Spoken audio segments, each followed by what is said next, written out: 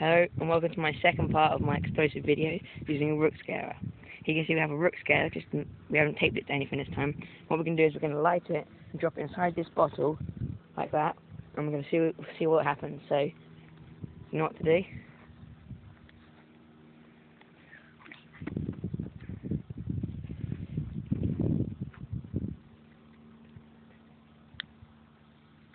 Right, drop in, drop in, drop in.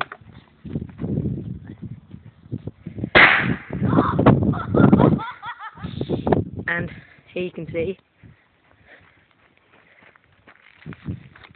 the bottle. It has been blown. It has literally just been destroyed.